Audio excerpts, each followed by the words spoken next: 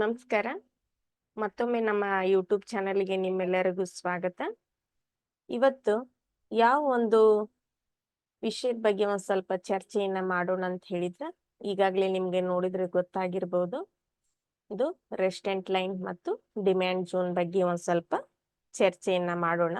Resistant line ಮತ್ತು demand zone ಅನ್ನು ಹೇಗೆ ನಾವು ಚಾರ್ಟ್ ನಲ್ಲಿ ಹಾಕೋದು ಅಂತ ಹೇಳಿ, ಮತ್ತು ರೆಸ್ಟೆಂಟ್ ಲೈನ್ ಡಿಮ್ಯಾಂಡ್ ಝೋನ್ ಅನ್ನು ಯೂಸ್ ಮಾಡಿಕೊಂಡು ನಾವು ಟ್ರೇಡ್ ಅನ್ನ ಹೇಗೆ ಮಾಡಬಹುದು, ಮತ್ತು ನಾವು ಎಕ್ಸಿಟ್ ಅನ್ನು ಎಲ್ಲಿ ಆಗ್ಬೇಕು, ಒಂದು ಟ್ರೇಡ್ ಅನ್ನ ತಗೊಂಡಾಗ ಎಕ್ಸಿಟ್ ಅನ್ನು ಎಲ್ಲಿ ಮಾಡ್ಕೋಬೇಕು ಮತ್ತು ಎಂಟ್ರಿ ಎಲ್ಲಿ ಆಗಿರ್ಬೇಕು ಅನ್ನೋದ್ರ ಬಗ್ಗೆ ಒಂದ್ ಸ್ವಲ್ಪ ರೆಸ್ಟೆಂಟ್ ಲೈನ್ ಮತ್ತು ಡಿಮ್ಯಾಂಡ್ ಝೋನ್ ಗಳ ಬಗ್ಗೆ ಒಂದ್ ಸ್ವಲ್ಪ ಅಭ್ಯಾಸನ ಮಾಡೋಣ.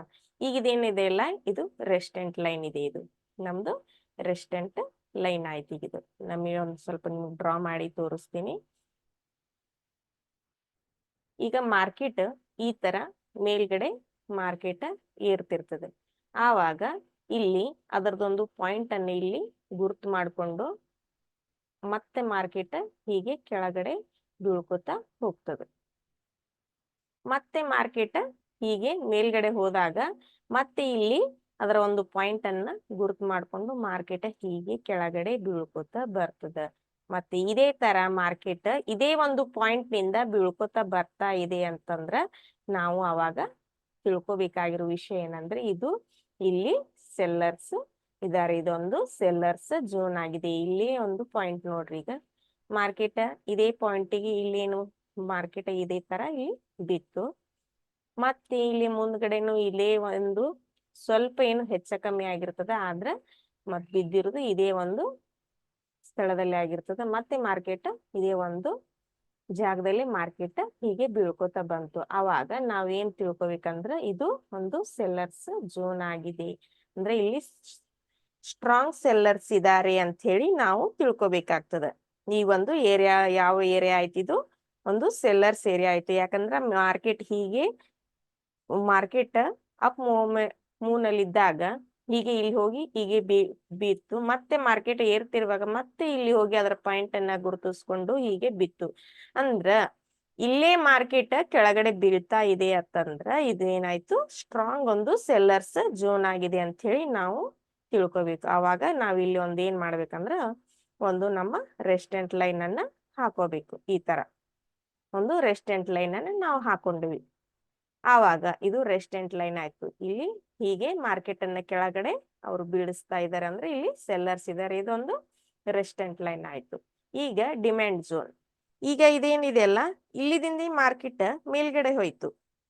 ಮತ್ತೆ ಕೆಳಗಡೆ ಮಾರ್ಕೆಟ್ ಬಂದಾಗ ಇಲ್ಲಿದಿಂದೇ ಮಾರ್ಕೆಟ್ ಇದೇ ಒಂದು ಪಾಯಿಂಟ್ ಅನ್ನ ಗುರುತು ಮಾಡ್ಕೊಂಡು ಮೇಲ್ಗಡೆ ಹೋಯ್ತು.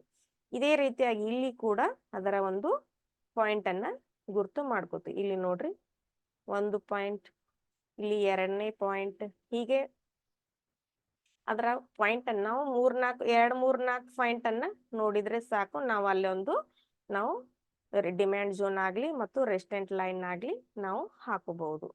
ಅದಕ್ಕಾಗಿ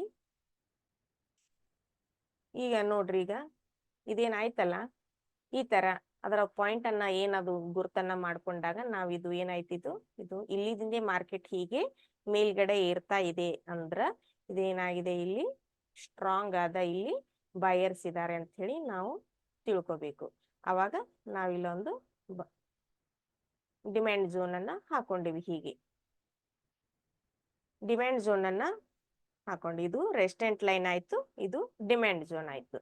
ಇದನ್ನ ನಾವು ಚಾರ್ಟ್ ನಲ್ಲಿ ನಾವು ಇದನ್ನ ಅಭ್ಯಾಸ ಮಾಡ್ಬೇಕಾಗ್ತದೆ. ಚಾರ್ಟ್ ನಲ್ಲಿ ಅಭ್ಯಾಸ ಮಾಡಿದಾಗ ನಮ್ಗ ಇದು ಪೂರ್ತಿಯಾಗಿ ಇದ್ರ ಬಗ್ಗೆ ಒಂದು ನಾಲೆಜ್ ನಮ್ಗ ಸಿಗ್ತದೆ. ಯಾಕಂದ್ರ ಇದನ್ನ ನಾವು ಚಾರ್ಟ್ ನಲ್ಲಿ ಹೇಗೆ ಇಲ್ಲೇನ್ ನಿಮ್ಗೆ ಒಂದು ಡ್ರಾ ಮಾಡಿ ತೋರಿಸಿದೀನಲ್ಲ, ಈಗ ಚಾರ್ಟ್ ಕ್ಯಾಂಡಲ್ಗಳ ಮೇಲೆ ನಾವು ಹೇಗೆ ರೆಸ್ಟೆಂಟ್ ಲೈನ್ ಅನ್ನ ಹಾಕೋದು, ಡಿಮ್ಯಾಂಡ್ ಝೋನ್ ಅನ್ನ ಹಾಕೋದು ಅನ್ನೋದನ್ನ ನಿಮ್ಗೆ ಒಂದು ಚಾರ್ಟ್ ಅನ್ನ ಓಪನ್ ಮಾಡಿ ಇಲ್ಲಿ ತೋರಿಸ್ತೀನಿ.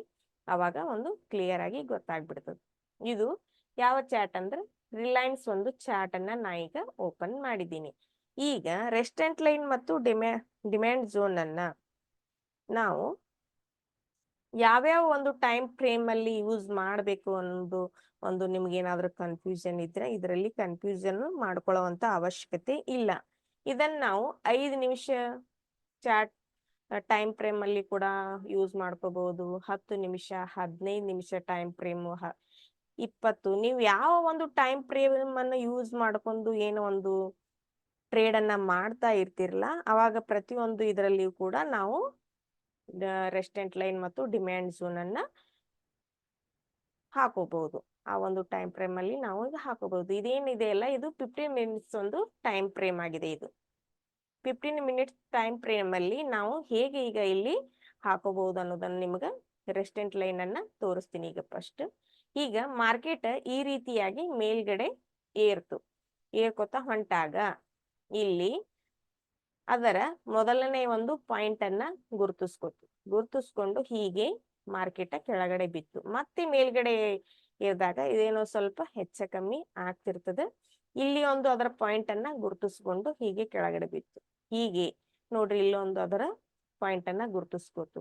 ಮತ್ತೆ ನಾವು ಹಿಂದ್ಗಡೆ ಹೋದಾಗ ಇಲ್ಲಿನೂ ಕೂಡ ಅದರ ಒಂದು ಪಾಯಿಂಟ್ ಅನ್ನ ಗುರುತಿಸ್ಕೊಂಡು ಕೆಳಗಡೆ ಬಿದ್ದಿದೆ. ಇಲ್ಲಿನೂ ಕೂಡ ಒಂದು ಪಾಯಿಂಟ್ ಅನ್ನ ಗುರುತಿಸ್ಕೊಂಡು ಕೆಳಗಡೆ ಬಿದ್ದಿದೆ. ಹೀಗೆ ನಾವು ಅವಾಗ ಏನ್ ಮಾಡ್ಬೇಕು, ಇವೇನು ಪಾಯಿಂಟ್ಗಳಿದೆಯಲ್ಲ, ಇವೆಲ್ಲ ಪಾಯಿಂಟ್ಗಳು ಸ್ವಲ್ಪ ಹೀಗೆ ಟಚ್ ಆಗುವ ಹಾಗೆ ಒಂದು ನಾವು ಇಲ್ಲಿ ಲೈನ್ ಅನ್ನ ಹಾಕೋಬೇಕು. ಈಗ ನಾವೀಗ ಏನಾಯ್ತಲ್ಲ, ಇದು ರೆಸ್ಟೆಂಟ್ ಲೈನ್ ಅನ್ನ ಹಾಕೊಂಡಿವಿ ಈ ತರ. ಈಗ ಇದು ನಮ್ಮ ರೆಸ್ಟೆಂಟ್ ಲೈನ್ ಆಯ್ತು. ನೋಡ್ರಿ, ಈಗ ಇಲ್ಲಿ ಟಚ್ ಆಗಿದೆ ಈ ಲೈನ್, ರೆಸ್ಟೆಂಟ್ ಲೈನ್ಗೆ ಮಾರ್ಕೆಟ್ ಬಿತ್ತು. ಈಗ ಇಲ್ಲಿಂದ ಟಚ್ ಆಗಿದೆ, ಮಾರ್ಕೆಟ್ ಬಿತ್ತು.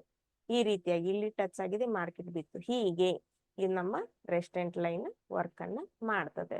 ಆವಾಗ ನಮ್ಮ ಇನ್ನೊಂದೇನಂದ್ರೆ ಡಿಮ್ಯಾಂಡ್ ಝೋನ್ ಅನ್ನ ಹೇಗೆ ಹಾಕೋಬೇಕು. ಈಗ ರೆಸ್ಟೆಂಟ್ ಲೈನ್ ರೆಡಿ ಆಯ್ತು ನಮ್ದು. ಡಿಮ್ಯಾಂಡ್ ಝೋನ್ ಅನ್ನ ನಾವು ಹಾಕ್ಬೇಕಂದ್ರೆ ಈಗ ಇಲ್ಲಿದಿಂದ ನೋಡ್ರಿ, ಮಾರ್ಕೆಟ್ ಇಲ್ಲಿದಿಂದ ಏರ್ಕೋತ ಮೇಲ್ಗಡೆ ಹೋಗಿದ್ದಿ. ಇಲ್ಲಿನೂ ಕೂಡ ಒಂದು ಅದರ ಪಾಯಿಂಟ್ ಅನ್ನ ಗುರುತು ಮಾಡ್ಕೊಂಡು ಮೇಲ್ಗಡೆ ಏರ್ಕೋತ ಹೋಗಿದ್ದ. ಇಲ್ಲಿನೂ ಕೂಡ ಒಂದು ಅದರ ಒಂದು ಪಾಯಿಂಟ್ ಅನ್ನ ಗುರುತು ಮಾಡ್ಕೊಂಡಿದೆ. ಇಲ್ಲಿ ಗುರುತ ಮಾಡ್ಕೊಂಡಿದೆ. ಇಲ್ಲಿನೂ ಕೂಡ ಒಂದು ಈ ತರ ಇಲ್ಲಿ ಈ ಪಾಯಿಂಟ್ ಗಳಿಂದ ಮಾರ್ಕೆಟ್ ಮೇಲ್ಗಡೆ ಏರ್ಕೋತ ಹೋಗಿದೆ. ಆವಾಗ ನಾವೀಗ ಇಲ್ಲಿ ಒಂದು ಏನ್ ತಿಳ್ಕೊಬೇಕಾಗಿದೆ ಅಂದ್ರೆ, ಇದು ಡಿಮ್ಯಾಂಡ್ ಝೋನ್ ಅಂದ್ರೆ ಬಯರ್ಸ್ ಒಂದು ಏರಿಯಾ ಆಗಿದೆ. ಅಂದ್ರೆ ಇಲ್ಲಿದಿಂದ ಮಾರ್ಕೆಟ್ ಏರ್ಕೋತ ಹೋಗ್ಯದಂದ್ರೆ ಇದು ಒಂದು ಬಯರ್ಸ್ ಏರಿಯಾ ಆಗಿದೆ. ಅವಾಗ ನಾವೇನ್ ಮಾಡ್ಬೇಕು, ಇವೆಲ್ಲ ಪಾಯಿಂಟ್ಗಳು ಒಂದು ಟಚ್ ಆಗುವ ಹಾಗೆ ಒಂದು ನಾವಿಲ್ಲಿ ಡಿಮ್ಯಾಂಡ್ ಝೋನ್ ಅನ್ನ ಹಾಕೋಬೇಕಾಗ್ತದ. ಈ ತರ ನಾವಿಲ್ಲಿ ಒಂದು ಡಿಮ್ಯಾಂಡ್ ಝೋನ್ ಅನ್ನ ಹಾಕೊಂಡಿವಿ. ಈ ಲೈನ್ಗಳು ಟಚ್ ಆಗುವ ಹಾಗೆ ಇಲ್ಲೊಂದು ನಾವು ಈ ತರ ಒಂದು ಲೈನ್ ಅನ್ನ ಹಾಕೊಂಡಾಗ ನೋಡ್ರಿ, ಇಲ್ಲಿದಿಂದ ಮಾರ್ಕೆಟ್ ಹೇಗೆ ವರ್ಕ್ ಅನ್ನ ಮಾಡಿದೆ ಅಂತ ಹೇಳಿ. ಇದು ರೆಸ್ಟೆಂಟ್ ಲೈನ್ ಆಯ್ತು, ಇದು ನಮ್ಮ ಡಿಮ್ಯಾಂಡ್ ಝೋನ್ ಆಯ್ತು. ಈ ರೀತಿಯಾಗಿ ಮತ್ತ ನೀವೀಗ ರೆಸ್ಟೆಂಟ್ ಲೈನ್ ಮತ್ತು ಡಿಮ್ಯಾಂಡ್ ಝೋನ್ ಅನ್ನ ಹಾಕೊಳ್ಳೋದು ಹೇಗೆ ಅನ್ನೋದನ್ನ ತಿಳ್ಕೊಂಡ್ರಿ. ಈಗ ಮತ್ತೆ ನೆಕ್ಸ್ಟ್ ಏನಂದ್ರೆ, ನಾವು ರೆಸ್ಟೆಂಟ್ ಲೈನ್ ಮತ್ತು ಡಿಮ್ಯಾಂಡ್ ಝೋನ್ ಅನ್ನ ಯೂಸ್ ಮಾಡಿಕೊಂಡು ಟ್ರೇಡ್ ಅನ್ನ ಮಾಡೋದು ಹೇಗೆ ಅನ್ನೋದು ಒಂದ್ ಸ್ವಲ್ಪ ನಿಮ್ಗೆ ಈಗ ಹೇಳ್ಕೊಡ್ತೀನಿ. ಈಗೇನಿದೆ ಅಲ್ಲ, ನೀವು ಈಗ ಇದೇನ್ ಡಿಮ್ಯಾಂಡ್ ಝೋನ್ ಇದೆ, ನಾವು ಬೈ ಮಾಡ್ಬೇಕಂದಾಗ ಡಿಮ್ಯಾಂಡ್ ಝೋನ್ ಮೇಲ್ಗಡೆ ಈ ತರ ಕ್ಯಾಂಡಲ್ ಕ್ಲೋಸ್ ಆಗ್ಬೇಕು. ಕ್ಲೋಸ್ ಆದಾಗ ಬಾಯರ್ಸ್ ಏನ್ ಮಾಡಿದ್ರು, ಮಾರ್ಕೆಟ್ ಅನ್ನ ಮೇಲ್ಗಡೆ ಏರಿಸ್ತಿದ್ದಾರೆ ಅನ್ನೋದು ನಮ್ಗಿಲ್ಲಿ ಒಂದು ಇಲ್ಲಿ ಗೊತ್ತಾಗ್ತದೆ, ಕನ್ಫರ್ಮೇಶನ್ ಸಿಗ್ತದೆ. ಇಲ್ಲಿ ಮೇಲ್ಗಡೆ ಮಾರ್ಕೆಟ್ ಕ್ಲೋಸ್ ಆದಾಗ ನಾವು ಒಂದು ಬೈ ಅನ್ನು ಮಾಡಿದ್ರೆ ಈ ತರ ರೆಸ್ಟೆಂಟ್ ಲೈನಿಗೆ ಬರುತ್ತನ ನಾವು ವೇಟ್ ಮಾಡ್ಬೇಕಾಗ್ತದೆ. ರೆಸ್ಟೆಂಟ್ ಲೈನಿಗೆ ಬರೋಕ್ಕಿಂತ ಮೊದಲು 1-2 ಪಾಯಿಂಟ್ ನಲ್ಲಿ ನಾವು ಎಕ್ಸಿಟ್ ಅನ್ನ ಮಾಡ್ಕೋಬೇಕು. ಆಮೇಲೆ ಇದ್ರ ಮೇಲ್ಗಡೆ ರೆಸ್ಟೆಂಟ್ ಲೈನ್ ಮೇಲ್ಗಡೆ ಏನಾದ್ರೂ ಕ್ಯಾಂಡಲ್ ಕ್ಲೋಸ್ ಆದ್ರೆ ಮತ್ತೆ ನಾವು ಬೈ ಅನ್ನ ಮಾಡ್ಬೇಕಾಗ್ತದೆ. ಇಲ್ಲ ಇದ್ರ ಕೆಳಗಡೆ ಹಿಂಗೆ ರೆಸ್ಟೆಂಟ್ ಲೈನ್ ಕೆಳಗಡೆ ಕ್ಯಾಂಡಲ್ ಕ್ಲೋಸ್ ಆದ್ರ ನಾವು ಇಲ್ಲಿ ಸೆಲ್ ಟ್ರೇಡ್ ಅನ್ನ ತಗೋಬೇಕಾಗ್ತದೆ. ಆವಾಗ ನಾವು ಡಿಮ್ಯಾಂಡ್ ಝೋನಿಗೆ ಅದು ಬರುತ್ತನ ಈ ತರ ವೇಟ್ ಅನ್ನ ಮಾಡಬೇಕು. ಮತ್ತು ಸ್ವಲ್ಪ 2-3 ಪಾಯಿಂಟ್ ಮೊದ್ಲೇ ನೀವು ಎಕ್ಸಿಟ್ ಆಗ್ಬಿಡಿ, ಏನ್ ಪ್ರಾಬ್ಲಮ್ ಇಲ್ಲ. ಓಕೆ, ಈ ತರ ನಾವು ಬೈಸ್ ಮತ್ತು ಸೆಲ್ ಟ್ರೇಡ್ ಅನ್ನ ತಗೋಬೇಕಾಗ್ತದ. ಮತ್ತು ಇನ್ನೊಂದು ಟ್ರೆಂಡ್ ಕೂಡ ತುಂಬಾ ಇಂಪಾರ್ಟೆಂಟ್. ಯಾವುದೇ ಒಂದು ನಾವು ಟ್ರೇಡ್ ಅನ್ನ ಮಾಡ್ಬೇಕಂದ್ರೆ ಟ್ರೆಂಡ್ ಬಹಳ ಇಂಪಾರ್ಟೆಂಟ್ ಆಗಿರ್ತದೆ. ಈಗ ನೋಡ್ರಿ, ಇಲ್ಲಿ ನೀವು ಒಂದು ಸೆಲ್ ಟ್ರೇಡ್ ಅನ್ನ ತಗೊಂಡು ಡಿಮ್ಯಾಂಡ್ ಝೋನಿಗೆ ಹೋಗುತ್ತನ್ನ ಅಂತ ಹೇಳಿ ನೀವು ಕುಂತಾಗ ಈಗ ಒಂದು ಏನಾದ್ರೂ ಸ್ವಲ್ಪ ಯಾವ ನ್ಯೂಸ್ ಇದೆ ಏನಿದೆ ಅಂತ ಹೇಳಿ ನಾವು ಸ್ವಲ್ಪ ಮಾಡ್ಕೋಬೇಕಾಗ್ತದೆ. ಮತ್ತು ಈಗ ಮೇಲೆ ಇಲ್ಲೊಂದು ರೆಸ್ಟೆಂಟ್ ಲೈನ್ ಮತ್ತು ಡಿಮ್ಯಾಂಡ್ ಝೋನ್ ಹಾಕೊಂಡ್ರಿ, ಇಲ್ಲಿ ಕೂಡ ಸ್ವಲ್ಪ ನಡು ಸ್ವಲ್ಪ ಬಾಯರ್ಸ್ ಸೆಲ್ಲರ್ಸ್ ಬಂದಿರ್ತಾರೆ. ಹೀಗೆ ನೀವು ನೋಡ್ಕೊಂಡು ಇಲ್ಲೆಲ್ಲೇ ನಡುವಾದ್ರೂ ಒಂದು ಯಾವ್ದಾದ್ರು ಲೈನ್ ಬರ್ತದ ಅಂಥೇಳಿ ನೀವು ನೋಡ್ಕೋಬೇಕಾಗ್ತದ. ಈ ರೀತಿಯಾಗಿ ನೋಡ್ಕೊಂಡು ನೀವು ಟ್ರೇಡನ್ನ ಮಾಡಬೇಕು. ಮತ್ತು ಟ್ರೆಂಡ್ ಕೂಡ ತುಂಬಾನೇ ಇಂಪಾರ್ಟೆಂಟ್ ಆಗಿರ್ತದೆ. ಟ್ರೆಂಡ್ ಅನ್ನ ನೋಡ್ರಿ. ಇವತ್ತು ನಾವು ಟ್ರೇಡ್ ಅನ್ನ ಮಾಡ್ಬೇಕಂದ್ರೆ ಟ್ರೆಂಡ್ ಯಾವ್ದಿದೆ, ಟ್ರೆಂಡ್ ಈಸ್ ಯುವರ್ ಫ್ರೆಂಡ್ ಅನ್ನೋ ಹಾಗೆ ಟ್ರೆಂಡ್ ಬಹಳ ಇಂಪಾರ್ಟೆಂಟ್ ಆಗಿರ್ತದೆ ಟ್ರೇಡ್ ಅನ್ನ ತಗೋಬೇಕಂದ್ರ. ಅದಕ್ಕಾಗಿ ಈ ರೀತಿಯಾಗಿ ಒಂದು ರೆಸ್ಟೆಂಟ್ ಲೈನ್ ಮತ್ತು ಡಿಮ್ಯಾಂಡ್ ಝೋನ್ಗಳು ವರ್ಕ್ ಅನ್ನ ಮಾಡ್ತವೆ. ಅದಕ್ಕಾಗಿ ಇದು ಬಹಳ ಇಂಪಾರ್ಟೆಂಟ್. ನೀವು ಚಾರ್ಟ್ ಮೇಲೆ ಸ್ವಲ್ಪ ಪ್ರಾಕ್ಟೀಸ್ ಅನ್ನ ಮೊದಲ ಮಾಡ್ರಿ. ಆವಾಗ ನಿಮ್ಗೆ ಇವ್ರ ಬಗ್ಗೆ ಒಂದ್ ಸ್ವಲ್ಪ ಐಡಿಯಾ ಬರ್ತದ. ಈಗೇನು ತೋರಿಸಿದ್ನಿ, ಈ ಹೇಗೇನ ಹಾಕಿದ್ನೆಲ್ಲ ಆ ರೀತಿಯಾಗಿ ಒಂದ್ ಸ್ವಲ್ಪ ನೀವು ಚಾರ್ಟ್ ಮೇಲೆ ಕೂಡ ಒಂದ್ ಸ್ವಲ್ಪ ಸ್ಟಡಿಯನ್ನ ಮಾಡ್ಬೇಕಾಗ್ತದ. ಆವಾಗ ನೀವು ಇದರಲ್ಲಿ ಪರ್ಫೆಕ್ಟ್ ಆಗಿ ಒಂದು ನಿಮ್ಗೆ ಗೊತ್ತಾಗ್ತದ. ಇದು ರಿಲಯನ್ಸ್ ಇಂಡಸ್ಟ್ರೀಸ್ ಅನ್ನ ನಾವು ತಗೊಂಡಿದ್ದೆ. ನೀವು ಯಾವ ಬೇಕಾದ್ರೂ ಒಂದು ತಗೋಬಹುದು. ಒಂದು ಬೇರೆ ಬೇರೆ ಒಂದು ಸ್ಟಾಕ್ಗಳನ್ನ ತಗೋಬಹುದು. ಟಾಟಾ ಮೋಟರ್ಸ್ ಇದು ನನ್ನ ವಾಚ್ ಲಿಸ್ಟ್ ಇದೆ.